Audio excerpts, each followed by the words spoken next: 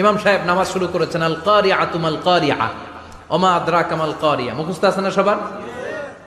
মুসল্লি মনে করতেছে ওযু হয়েছে আমার অর্ধেক, এখন যদি তাড়াতাড়ি ওযু না করে দৌড় না দেই রাকাত পাওয়া যাবে। রাকাত পাওয়ার জন্য দিছে দৌড়। মসজিদে হচ্ছে টাইলসের মসজিদ, পিছলায় পয়রা মুসল্লি একদিকে, লুঙ্গি আরেকদিকে। আছে না নাই? আমার কাছে খবর আছে এরকম পা ভাঙছে অনেকের।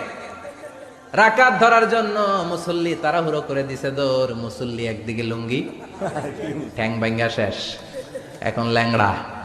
বিশ্বনবীর কথা মানে নাই, ওটারে ল্যাংড়া বানাইছে কে? আল্লাহ। এজন্য বিশ্বনবী বললেন খবরদার দৌড়ে যাবে না, একামত হয়ে গেলে ধীর স্থির ভাবে যাও, কেননা দৌড়ে দৌড়ে আপনি কার দরবারে যাবেন? উনি তো সব রাজার বড় রাজা, মহারাজা। মহারাজার দরবারে তাড়াহুড়ো করা যায় নাকি? না।